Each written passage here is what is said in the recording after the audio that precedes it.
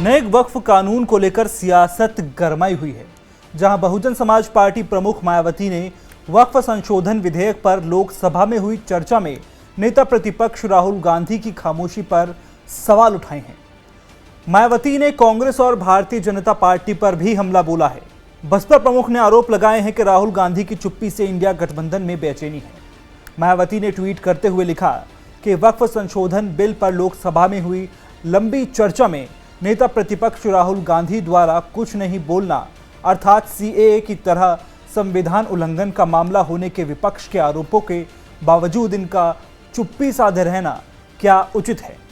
इसे लेकर मुस्लिम समाज में आक्रोश और इनके इंडिया गठबंधन में भी बेचैनी स्वाभाविक। उन्होंने कहा कि वैसे भी देश में बहुजनों के हित, कल्याण और सरकारी नौकरी और शिक्षा आदि में इन वर्गों के आरक्षण के अधिकार को निष्प्रभावी और निष्क्रिय बनाकर इन्हें वंचित बनाए रखने के मामले में कांग्रेस, बीजेपी आदि ये पार्टियां बराबर की दोषी हैं।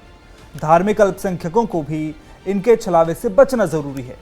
बसपा सुप्रीमो ने आगे कहा कि इनके ऐसे रवैयों के कारण उत्तर प्रदेश में भी बहुजनों की स्थिति हर मामले में काफी बदहाल और त्रस्त है, जबकि भाजपाइयों को कानून हाथ में लेने की छूट है।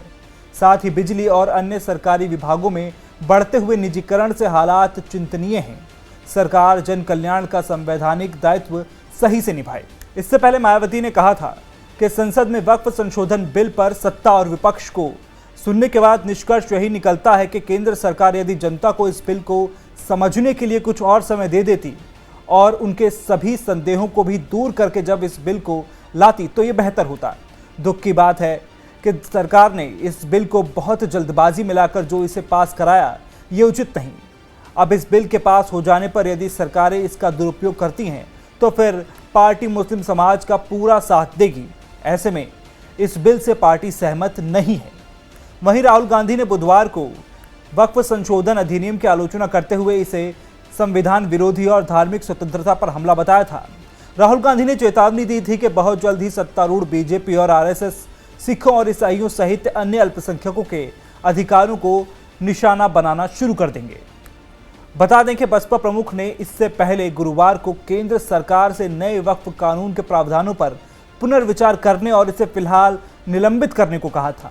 मायावती ने कहा कि हाल ही में पारित अधिनियम में वक्फ बोर्ड में गैर मुस्लिमों को शामिल करने का प्रावधान प्रथम दृष्टया अच्छा नहीं है।